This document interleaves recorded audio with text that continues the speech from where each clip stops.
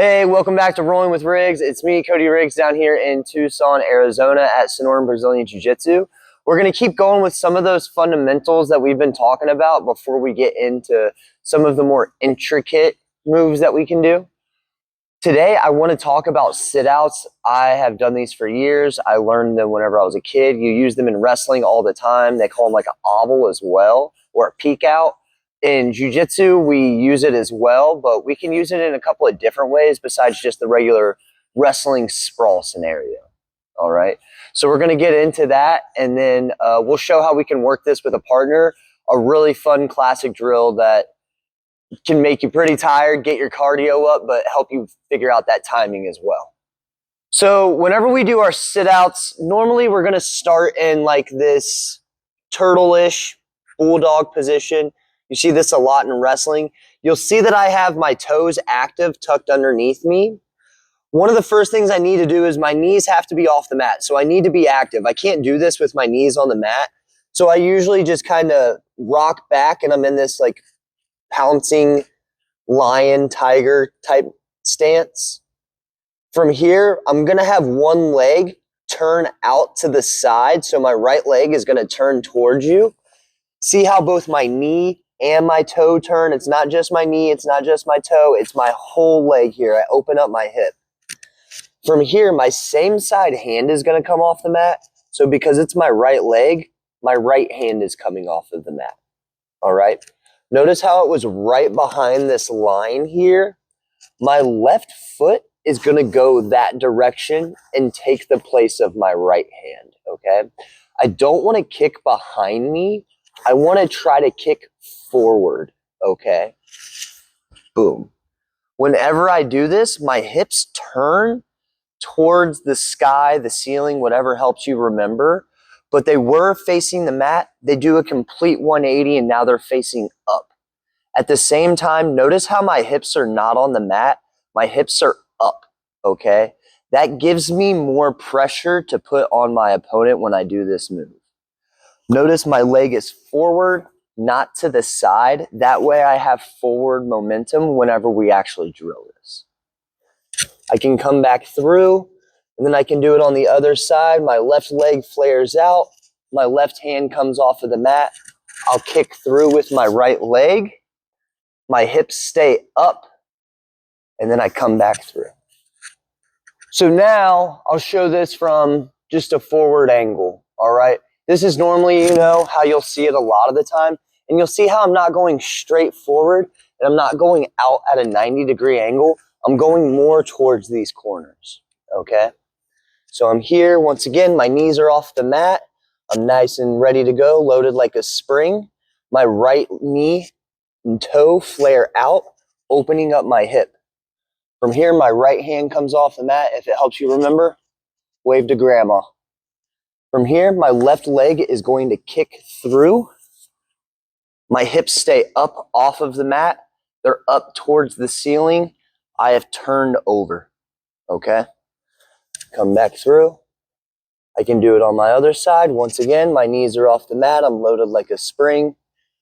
My leg flares out, toes and knee pointed to the side. Come off the mat, wave to grandma. My foot is going to replace where my hand was, going forward.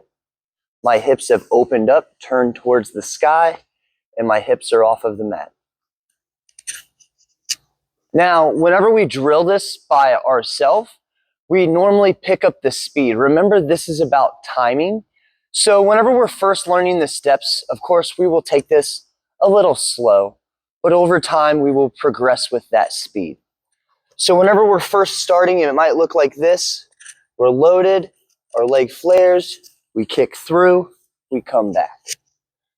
We load, leg flares, come up, kick through, come back. But as time progresses, you'll start to get the rhythm down and you'll start to pick up your speed.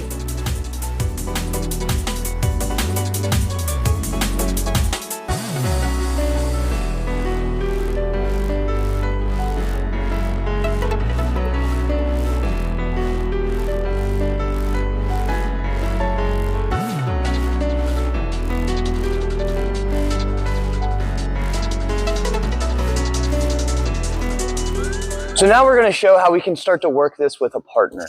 I'm gonna be kind of in a turtle position, and yeah, Tyler's sprawled on me. Now notice how his knees are off the mat, his hips are down, he doesn't have his hands on the mat, his weight is on me, okay? Just like if he was doing a good sprawl. If he's not doing a good sprawl, then I would just grab his leg, you know, try really hard to finish the takedown, but because he's doing a good sprawl, that's why my sit out is gonna work, okay? So from here, first thing I need to do is I need to get in the position I did whenever I did my sit out. So I'm gonna have my hands down on the mat, and then my legs, I'm gonna be off of my knees, okay? I need to be up on my toes. From here, I'm gonna figure out I'm gonna take my head to one side if it's in the middle. For now, I'm gonna go towards the camera. I'm gonna take my head out to the right, all right? From here, my right leg, once again, it's gonna flare out, boom. My right hand comes off the mat, and I'm going to kick straight through towards Tyler's foot. Notice how he slides off of me, okay? That's the whole point of this. I want him to just slide off. Now my hand that's posted, I can grab the inside of Tyler's leg. My other hand comes around, and I have back control. Well, I'm behind him like wrestling, but I can always get to my back control, get my hooks in, start to work from there, okay?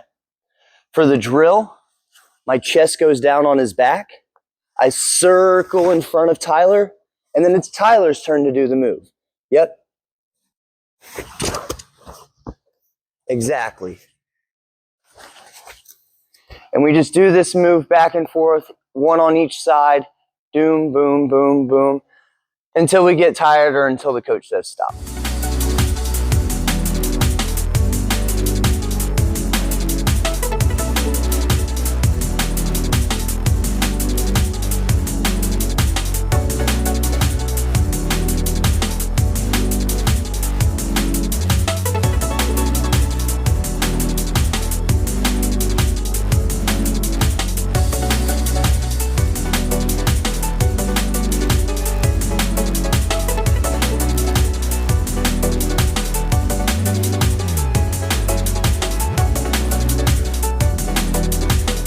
All right, thank you for watching today. Hopefully you learned a little bit of something from that.